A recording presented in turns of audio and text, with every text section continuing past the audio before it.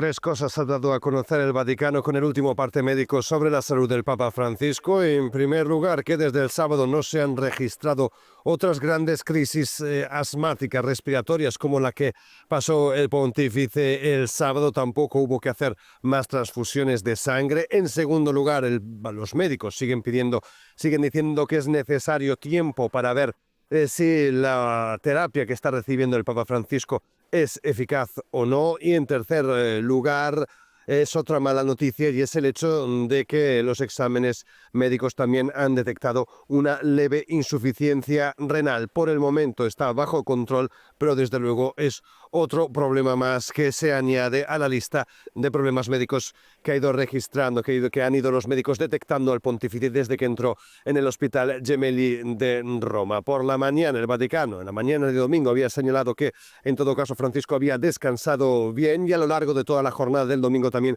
destacar el hecho de que se pudo ver a decenas de fieles que fueron hasta el Gemelli para rezar por el pontífice argentino.